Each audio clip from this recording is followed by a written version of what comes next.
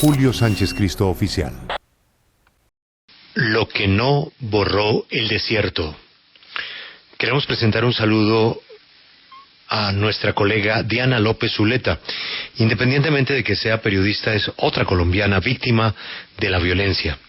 Este libro, que aparece hoy en el mercado, cuenta la historia del asesinato de su padre, cuando precisamente se cumplen 3 años de la muerte del padre de Diana. El libro es una recopilación periodística de hechos que marcaron la vida de Diana, pero que han marcado las historias de tanta violencia en Colombia. Se cumplen 3 años, de la sentencia condenatoria al asesino del padre de Diana. Cita ella a García Márquez, que decía que uno escribe para explicarse a sí mismo lo que no se puede explicar. Escribir este libro fue una manera de enfrentarme conmigo misma y tratar de comprender aquello que pasó. Este libro habla sobre la pérdida, la violencia, la justicia, el amor, las luchas internas, el miedo y el coraje. Este libro es también sobre mi vida a través de la muerte de mi padre, sobre la recomposición de una historia y un alma en pedazos. La búsqueda de la verdad, el coraje de tocar un tema que por supuesto llega a lo más profundo de los sentimientos de nuestra invitada, Diana López Zuleta, lo que no borró el desierto. Diana, gracias por estar en la W. Muy buenos días. Muy buenos días, Julio, a ti, a toda tu audiencia y a la mesa de trabajo. Gracias, Diana. Me imagino que este debió ser un ejercicio muy difícil por tanto sentimiento entrelazado. Sí, fue muy difícil.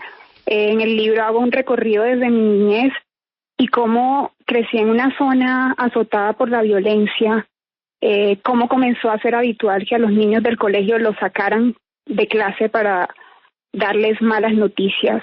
Fue reconstruir no solamente el asesinato, sino los pasos de una estructura criminal que creció y se fue forjando. Es la búsqueda de justicia, pero también la reconstrucción de la memoria de un territorio, de la geografía del Cesar y de la Guajira, y de todo lo que ha implicado para el país. Mi familia fue víctima tanto de las FARC como de los paramilitares. Entonces hago como una reconstrucción de todo lo que pasó y lo cuento en ese libro, Lo que no borró el desierto.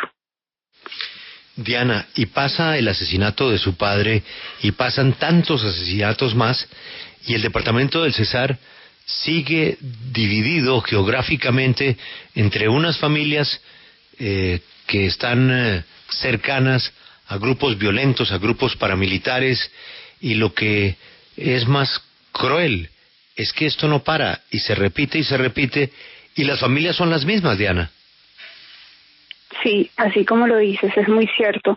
Mi papá fue asesinado hace 23 años y después del asesinato siguieron matando más personas, pero además el asesino, el mismo año en que mataron a mi papá, por ejemplo, el Congreso le dio un premio como mejor alcalde del país, lo siguieron condecorando, siguieron matando gente, y también es la historia sobre cómo ese asesino fue extendiendo su poder. Incluso mandaba asesinar y después pagaba los gastos funerarios de la gente a quien mandaba asesinar.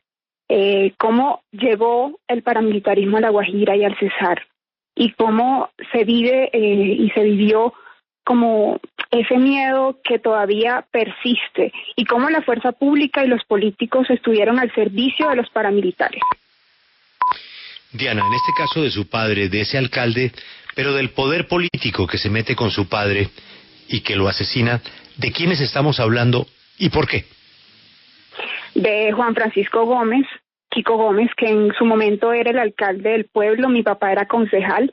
Mi papá estaba denunciando las corruptelas de él y también se iba a lanzar ese año a la alcaldía y fue asesinado precisamente. Y lo increíble es está incluso registrado en un video. El asesino cargando el ataúd y haciéndole un homenaje. Y creo que en ese momento, yo creo que nadie en medio del desgarro y del llanto pensó que él pudiera ser, y nadie reparó en el discurso del cura, por ejemplo, que invitaba a que no investigáramos el asesinato y a que perdonáramos. Y ese mismo cura después homenajeó al asesino cuando ya estaba capturado. Si una multitud como la que lo rodeó el día que lo capturaron a Kiko Gómez en Barrancas, en pleno Festival del Carbón, se hubiera indignado con los crímenes de él, no hubiera llegado tan lejos como criminal. Entonces, yo hago una reconstrucción de todo lo que pasó. No solamente hablo del crimen de mi papá, sino el de otras víctimas, el de un tío que también fue asesinado por los paramilitares, e incluso el encuentro con el que yo pensé que era el asesino material en la cárcel. Fui hasta la cárcel y me enfrenté con él, y me enfrenté también a todos mis miedos, porque yo siempre he sido una persona insegura debido a la muerte de mi padre, y porque también ese mismo año viví otras muertes, y creo que yo no pude exorcizar el dolor en ese momento. Entonces fue una reconstrucción bastante difícil, dolorosa. Lloré muchísimo, porque todos los recuerdos que uno vive cuando niña como que empiezan a difuminarse. Es decir, van quedando manchas de imágenes, de momentos, un detalle, los recuerdos de la ropa, pero los diálogos de repente comienzan a entrecortarse o a recordarse de una manera fragmentada. Y lo que va quedando es esa sensación de orfandad, ese dolor. Entonces escribir fue volver a vivir la historia, fue buscar en el interior qué había en esa niña que no fue capaz de derramar ni una lágrima en el entierro de su padre. Y ya grande pude entender que yo lo que estaba era en shock, y yo no había podido elaborar el duelo de mi padre. Por eso escribí este libro. Diana, y usted se hizo periodista para revelar algo sobre lo que pocas personas hablaban, pero que era un secreto a voces en el departamento de La Guajira, y era esa macabra alianza entre política y narcotráfico. Por eso quiero preguntarle, después de la condena de Kiko Gómez por el asesinato de su padre, ¿se desmontó esa estructura político narcotraficante, o hoy, incluso después de la condena de Kiko Gómez, quedan vestigios de esas alianzas y de esas estructuras? No, yo pienso que la estructura todavía persiste, y de hecho todavía persiste como la normalización de que ese tipo de cosas ocurran. Yo siento que en la zona donde crecí se normalizaron tanto los crímenes que uno oía cosas como: no, pero eso no es nada, peor fue lo que le pasó a no sé quién, que le mataron a toda la familia. Y era como una forma tácita de decirnos que eso estaba bien y que había que quedarse callado ante las peores circunstancias. Por ejemplo, Kiko Gómez mandó matar a un médico desde la cárcel en el año 2014, el médico Jorge Daza Barriga. Y todavía persiste esa estructura, es decir, todavía no se ha mantelado. Obviamente se fraccionó, pero todavía está allí, y todavía persiste también desde los poderes locales, la corrupción. Son muchas cosas que tejen como esa criminalidad y ese narcotráfico que existe todavía en La Guajira. Diana, usted es una mujer muy valiente de verdad, porque muy posiblemente sin su empeño, sin su dedicación, sin la manera como que usted ha puesto en riesgo su vida, muchas de estas cosas no se hubieran conocido. Y no sé si las condenas se hubieran dado si no fuera por la persistencia suya de no abandonar el caso y de no hacerle, no seguirle la recomendación al cura del que usted nos habla, de dejar todo eso y que no buscar culpables. Así que primero eso, reconocer ese valor y la importancia de lo que usted ha hecho durante todo este tiempo. Y quiero volver a algo de lo que usted señalaba ahora, que de pronto me parece que usted, a pesar de estar tan metida en el caso durante tanto tiempo, escribiendo encontró nuevas cosas. ¿Qué fueron esas cosas nuevas que usted descubrió cuando se pone a escribir el libro? Demasiadas cosas descubrí. El encuentro con el asesino material, por ejemplo, se dio después. Saber, por ejemplo, y enterarse de que uno de los sicarios de mi papá desistió unos días antes porque cuando vio quién era mi papá, que era una persona conocida en el pueblo, dijo que eso era muy poquita plata para matarlo. Fue una reconstrucción donde yo entrevisté alrededor de 100 personas, escuché más o menos 127 horas de grabación entre audiencias y entrevistas de la investigación, leer todo el expediente, pero también yo le dediqué tanto a la investigación como a la escritura, porque de hecho estuve el año pasado solamente escribiendo. No tuve ningún trabajo ni ninguna entrada, y yo creo que la estética de un texto, con la que un texto está escrito, es tan importante como su contenido, ¿no? Entonces yo le dediqué mucho tiempo. A mí me gusta mucho la literatura, entonces el libro tiene partes narrativas, pero también partes muy periodísticas. Y también yo he aprendido en este proceso, también con otras víctimas a las que he conocido, que hay una sensibilidad como más cultivada a través del dolor.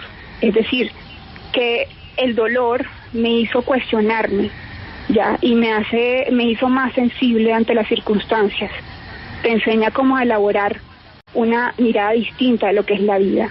Entonces también fue enfrentarme contra todos los lugares comunes que muchas veces tenemos los periodistas y desarmar las frases con las que a veces nosotros escribimos. Y si bien se mantienen muchos términos jurídicos, porque esto también habla de un proceso judicial, hay mucha narrativa, y creo que el libro está contado de una forma sencilla. El prólogo me lo escribió Margarita Rosa de Francisco, y en unos días va a ser el lanzamiento, va a ser el 7 de julio a las 6 de la tarde, y me lo va a presentar Daniel Coronel, también un colega que admiro muchísimo. Sí, Diana, yo me sumo a lo que le decía Félix sobre la valentía, porque durante todo este proceso usted ha tenido que enfrentar todo tipo de amenazas. Y quisiera preguntarle si en algún momento de su vida, enfrentando esto, usted ha tenido tranquilidad. ¿La han dejado de perseguir, la han dejado de amenazar? ¿O si considera que con la salida del libro esto se va a incrementar? No, de hecho, durante todo el proceso judicial yo siempre estuve sola. Yo nunca pedí protección ni nada. Y también fue enfrentarme a mi propia familia, tanto de paterna como materna, porque no estaban de acuerdo con que yo me metiera en este proceso. Y en algún momento yo asumí que me podían matar. Y yo no sé, yo estaba como tan obcecada con ese tema que a mí realmente no me importaba. Yo decía, bueno, si me matan sería por una causa justa. Así estaba pensando yo en ese momento. A mí no me importó nunca nada. Yo iba sola a las audiencias con mi abogado Carlos Toro, con el apoyo de Gonzalo Guillén, que fue muy importante en todo este proceso. Y ya cuando a él lo condenan es cuando yo recibo una información esa misma noche en la que me decían que me iban a matar, que eso no se iba a quedar así, que iba a haber venganza. Y pues desde ese momento tengo protección y no salgo sola, cosa que alteró bastante mi vida, pero digamos que es vencer ese miedo, es como enfrentarse a ese miedo y saber que eso puede pasar, pero también confiar, porque es que también está la posición ecléctica de no hacer nada, y yo no soy de una postura ecléctica, yo soy como de una sola pieza, y llamo las cosas por su nombre y me gusta enfrentarme, y así lo hice, y todo lo he hecho de frente, todo, absolutamente todo. Diana, dentro de esas memorias que usted plasma en su libro, le pregunto, ¿están los hechos alrededor del día de la muerte de su padre? Porque me acuerdo que usted ha repetido en algunas ocasiones que a él lo hubieran podido salvar después de que le dispararon ese día. Sí, de hecho está toda la reconstrucción, y hay mucho más de lo que yo en alguna vez conté en una crónica de semana. Eso no es nada para todo lo que pasó ese día. Y hago toda esa reconstrucción. Fue como coger testimonios de todas las personas que estuvieron presentes ese día, volver a los pasos que dio mi papá, volver a los lugares, volver al sitio donde lo mataron, hacer toda esa reconstrucción.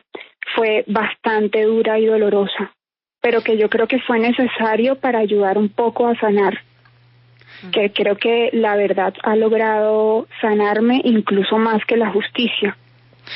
Diana, el corazón de este libro, Lo que no borró el desierto, es sin duda la memoria de su padre, el exconcejal Luis López Peralta. ¿Quién era él? Mi papá tenía 39 años, a él lo mataron de hecho tres días antes de que cumpliera los 40 años, era concejal, era comerciante, ese año estaba lanzado a la alcaldía de Barrancas, La Guajira, y empezó a darse cuenta de que el alcalde del pueblo, Kiko Gómez, estaba teniendo contratos como ilícitos, y él empezó a hablar de eso en el consejo, habló de eso inclusive en la radio del pueblo, y posteriormente fue asesinado. Entonces, en su momento de hecho no se investigó, eso estuvo engavetado durante 16 años, hasta cuando la Fiscalía en Bogotá se apersonó de investigar a este personaje, cuyas muertes siempre quedaban impunes.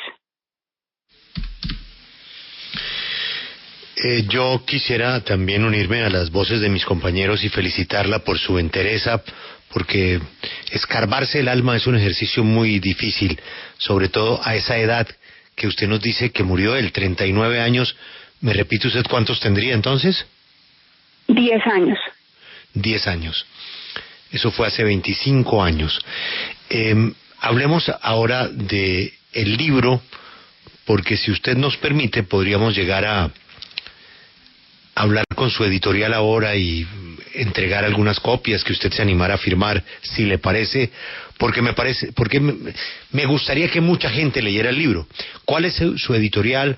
Formalmente, ¿cuándo está en las librerías? ¿Estará en todas las librerías? ¿Hay compra por internet? Deme más información de la parte del libro para que más gente la pueda leer. Claro que sí, la editorial es Planeta, y a partir de hoy ya comienza a llegar a las librerías de Bogotá. Estará en todas las librerías. Y a partir de la próxima semana va a estar en las librerías del resto del país.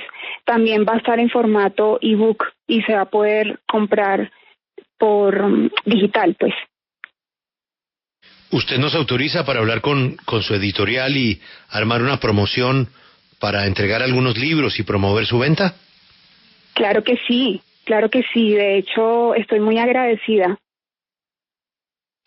Mire, Julio, yo tuve la oportunidad de leer algunas partes del libro de Diana López y aquí lo cosas tengo, y eso es conmovedor. Más conmovedoras que uno pueda leer, porque más allá, digamos, del interés periodístico, el ADN de su padre está en cada una de las líneas, y ver los recuerdos de una niña frente a la relación con su padre, y después llevar eso a una investigación del mayor interés periodístico de la relación de la política y el narcotráfico, es un ejercicio muy valiente, como lo es Diana López, y de verdad que muy recomendado el libro, supremamente emotivo, supremamente interesante y desde el punto de vista periodístico supremamente valioso. Pues precisamente para que la historia de su padre no se repita y el drama de esta niña de 10 años no se repita, es que necesitamos que mucha gente lea el libro. Mire esto que escribe ella, Lucas. Desde que me lo mataron he estado rota, vacía, en ruinas. Me ha habitado la incertidumbre, la nostalgia, el miedo. Qué tenacidad. Es que, ¿sabe a qué me acordó un poquito? Al olvido que seremos. Uh-huh. Esa remembranza de su padre estaba más chiquita que Héctor, ¿no? Me trajo, sí, claro, pero me trajo a la cabeza también ese relato de Héctor Abad. Diana, ¿y qué pasó con su mamá y el resto de su familia? Mi mamá, bien, y mi familia también.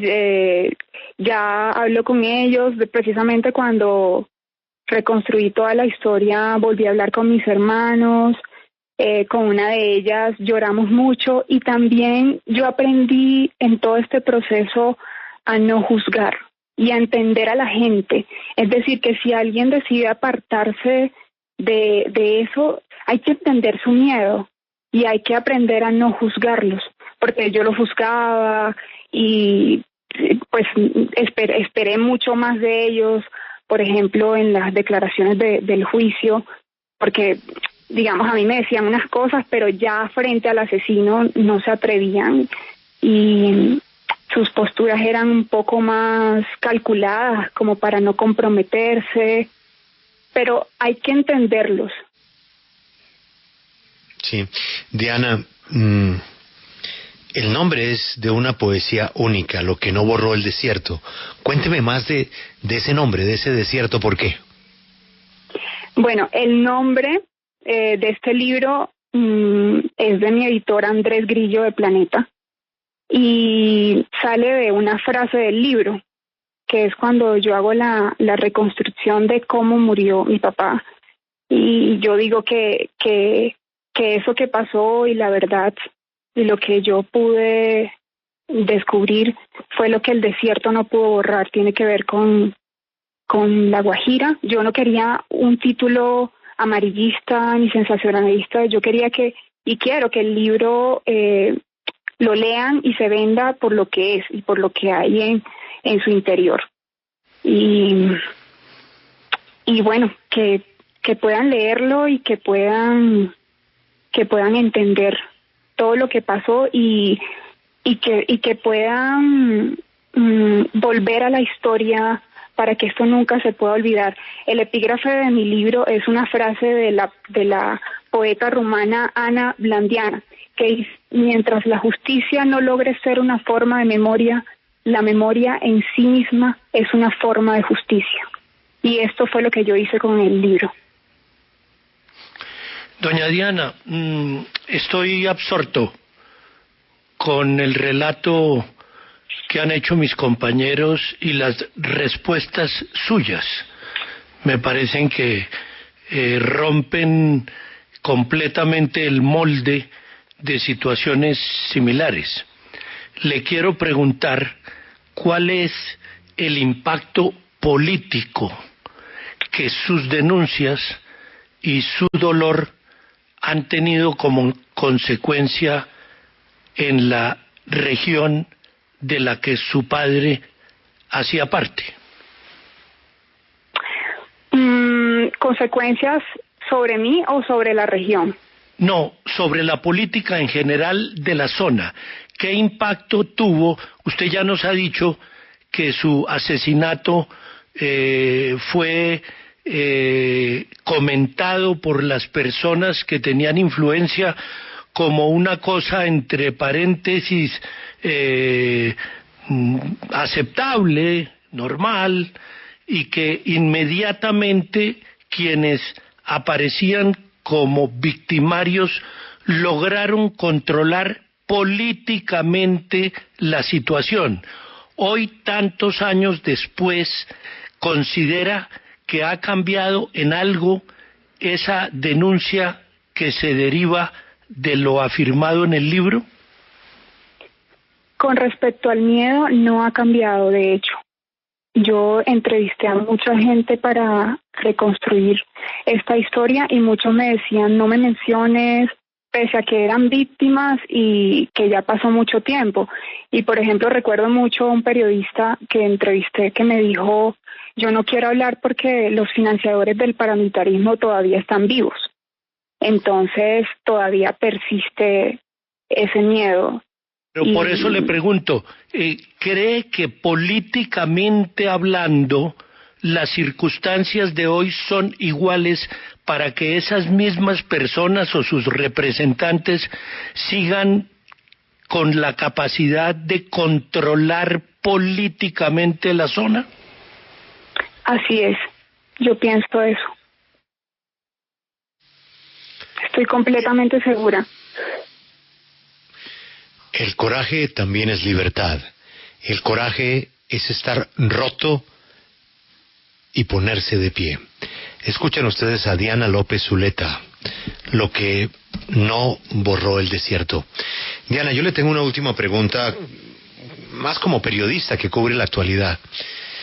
Su libro me hace pensar durante todo este recorrido de lo que pasó con su padre hace 25 años, de algo que se ha denunciado recientemente, precisamente por el grupo de trabajo de Gonzalo Guillén, a quien usted se ha referido en esta entrevista, y es la ñeñe política. ¿Qué esperanza después de escucharla a usted, después de leer su libro, puede quedar de que la ñeñe política llegue a algún lugar que pueda revelar alguna verdad, cuando estamos más o menos en un escenario parecido al de su padre, ¿no? O sea, ¿quiénes son los autores políticos, financieros de la tragedia de La Guajira y del Cesar? Si usted mira o compara o cruza un poquito el tema de la ñeñe política, a estas alturas no ha pasado absolutamente nada. Ahí lo que cambia es Kiko Gómez por Marquitos Figueroa, ¿no?